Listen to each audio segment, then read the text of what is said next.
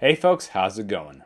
So, little update. Because the battle against the algorithm gods is always ongoing, I decided to try something new. For the time being, I'm going to split the videos into multiple but also smaller parts. It's not an absolute permanent thing, but it is a test I'm going to try for a while. So, bear with me as we go through the motions. If nothing else, on the plus side, I will try and make these videos come out a little bit more often. We'll just have to wait and see. Like I said, it's just a test. Anyway, thanks for listening, and now on with the show.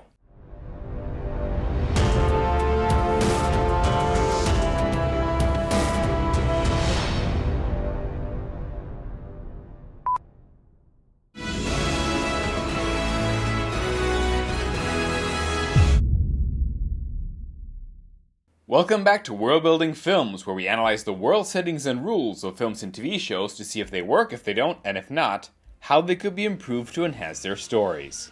And today, we're talking about none other than the How to Train Your Dragon franchise. One of the absolute tentpoles of DreamWorks animation movies. I love this series for a variety of reasons, from the incredible animation to the shockingly good score.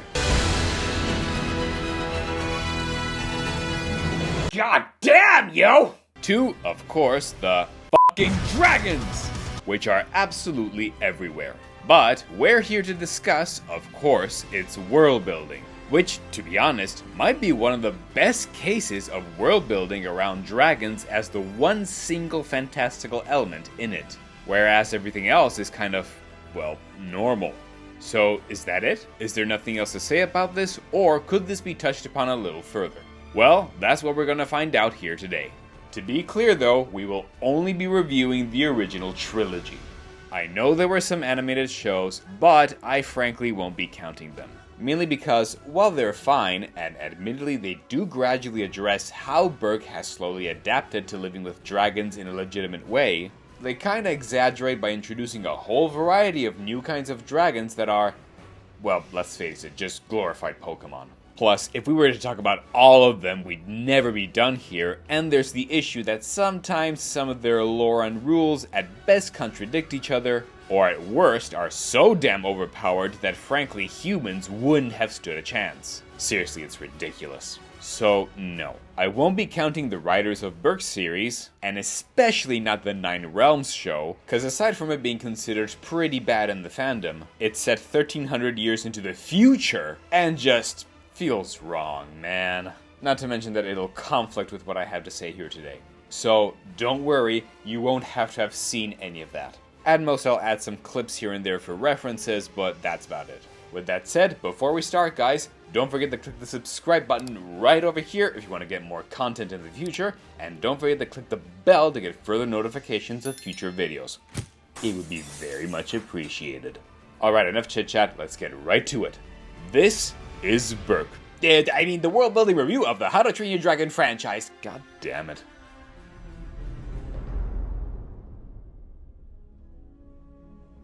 Classifying dragons. So, yeah, as you can imagine, everything we're going to talk about here today is going to revolve around the f***ing dragon! Okay, I won't do that too often. And, well, that's really it.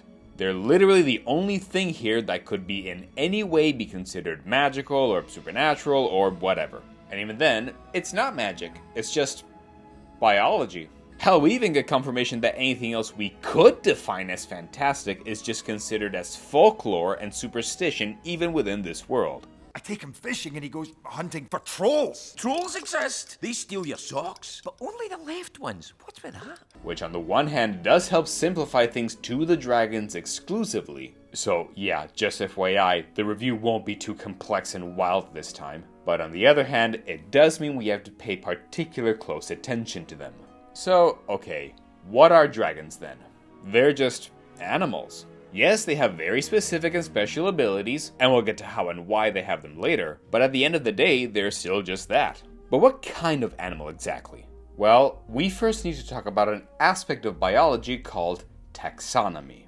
Taxonomy is, well, just a way of classifying things in general, but in this case, it's the way to categorize what any particular animal or pelt life form in general is, if it can breed with another one, etc.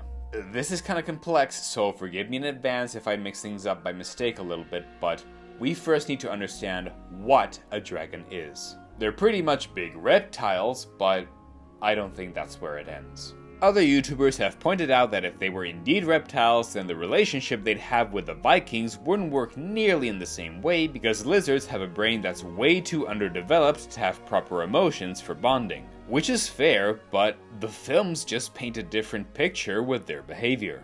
So, no, I don't think that they're just lizards or reptiles. So, since this is the Viking era where they very much don't have any proper science going on and they still believe in the Norse gods. Oh, the gods hate me. Odin, it was rough, and all the while you were holding out on me. Oh, Thor almighty! At this point, we can say that dragon isn't just a generic term for a supernatural creature in this world, but its own specific order in the taxonomy rank. Taxonomy.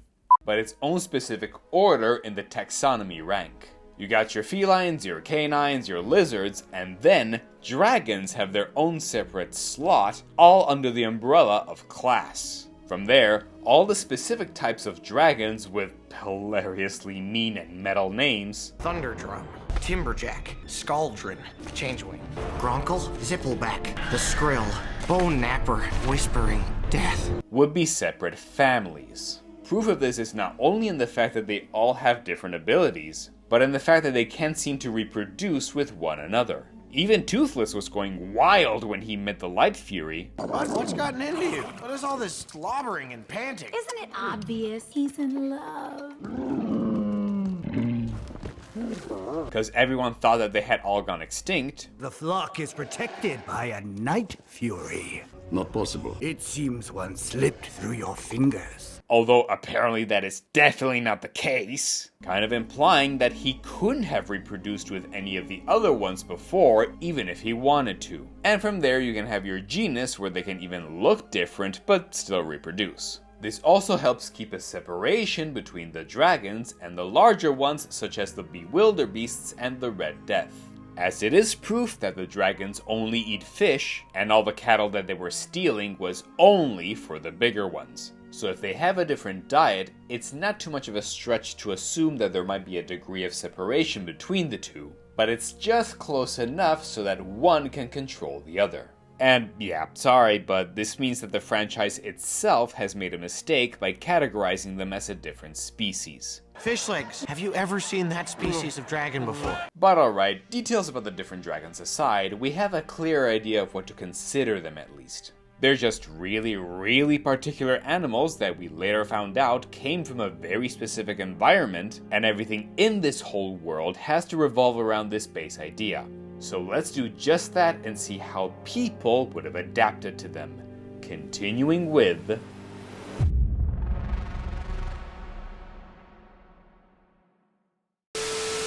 And by the way, real quick, this video is sponsored by me. Cause yes, my book Grimm has now been released in 3 languages, English, Italian, and German, and are all available on Amazon right now. It's a dark horror fantasy suspense story about a teenager who has the strange ability to see none other than the Grim Reaper. And one day he has to strike a terrible deal with the Reaper in order to save someone he loves. The reviews so far have been surprisingly good, and I thank each and every one of you who had a chance to read it. If you're also interested in giving it a shot, feel free to click the links down in the description below, or use the QR codes you see right here on the screen for each language. Give it a read, and feel free to leave a review, or let me know your thoughts on this channel's Discord server, also linked below. Thank you for listening, and see you at the next video.